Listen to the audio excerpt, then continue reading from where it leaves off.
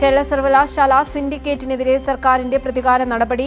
Syndicate പുനഃസംഘടിപ്പിച്ച് സർക്കാർ ഉത്തരവിറങ്ങി. സിൻഡിക്കേറ്റിലുള്ള ഇടതംഗങ്ങളെ മാറ്റിയാണ് പുനഃസംഘടന നടത്തിയത്. 6 ഇടതംഗങ്ങളെയാണ് മാറ്റിയത്. വിവരങ്ങളുമായി ഷീജ കൂടി ചേരുന്നുണ്ട്. ഷീജ, ഇപ്പോൾ സിൻഡിക്കേറ്റിനെതിരെ വീണ്ടും സർക്കാർ ഒരു പ്രതികാര നടപടിയുമായി രംഗത്തെത്തിയിരിക്കുകയാണ്. സിൻഡിക്കേറ്റ് പുനഃസംഘടിപ്പിച്ചിട്ടുള്ള ഉത്തരവ് പുറത്തിറങ്ങിയിരിക്കുകയാണ്. അതും ഈ ഇടതംഗങ്ങളെ സിൻഡിക്കേറ്റിൽ നിന്നും മാറ്റിയിരിക്കുകയാണ്. എന്തൊക്കെയാണ് വിശദാംശങ്ങൾ?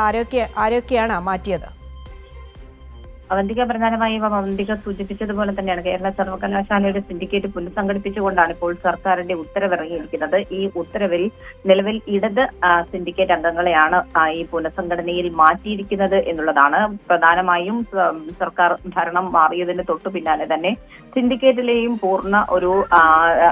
പൂർണ്ണമായും സിൻഡിക്കേറ്റും കൈപ്പിടിയിലാക്കുക എന്നുള്ളതിന്റെ ഭാഗമായുള്ള ഒരു നടപടി തന്നെയാണ് ഇപ്പോൾ സർക്കാരിന്റെ ഭാഗത്ത് നിന്നും ഉണ്ടായിരിക്കുന്നത്. ഇതിൽ നാമനിർദ്ദേശം ചെയ്യപ്പെട്ടവർ, അതായത് advocate G Muraleedharan, doctor Shiju Khan, R Rajesh, മുൻ MLA, ഒപ്പം തന്നെ doctor S Jayan, professor PS Radhamani, professor Bipin K George എന്നിവരെയാണ് നിലവിൽ ഇപ്പോൾ ഒഴിവാക്കിക്കൊണ്ട് ഈ സിൻഡിക്കേറ്റ് പുനഃസംഘടിപ്പിച്ച് ഉത്തരവിറങ്ങിയിരിക്കുന്നത്. അതിൽ തന്നെ സേവ് യൂണിവേഴ്സിറ്റി ക്യാമ്പയിൻ കമ്മിറ്റിയുടെ ചെയർമാനായിട്ടുള്ള RF ശശികുമാർ നിലവിൽ ഈ പട്ടികയിൽ ഇടം നേടിയിട്ടുണ്ട്. 6 പുതിയ അംഗങ്ങളെയാണ് ഇവർക്ക് പകരമായി നിയോഗിച്ചിരിക്കുന്നത്. അതിൽ യൂത്ത് കോൺഗ്രസ് നേതാവ് അജയ് ജുവൽ കുര്യാക്കോസും ഉൾപ്പെടുന്നു എന്നുള്ളതാണ്. ഏതായാലും കേരള സർവകലാശാല സംരക്ഷിക്കാനുള്ള പോരാട്ടം അത് തുടരും എന്നുള്ളത് തന്നെയാണ് ഇപ്പോൾ പുറത്താക്കിയിട്ടുള്ള ജി മുരളീധരനും അതോടൊപ്പം തന്നെ ഷിജു ഖാനും അടക്കമുള്ളവർ വ്യക്തമാക്കിയിരിക്കുന്നത്. കാരണം കാവ്യവൽക്കരണത്തെ ചെറുക്കാൻ അക്കാദമിക് സമൂഹം ജാഗ്രത പാലിക്കണം എന്നുള്ളൊരു കാര്യം കൂടി അവർ മുന്നോട്ട് വയ്ക്കുന്നു.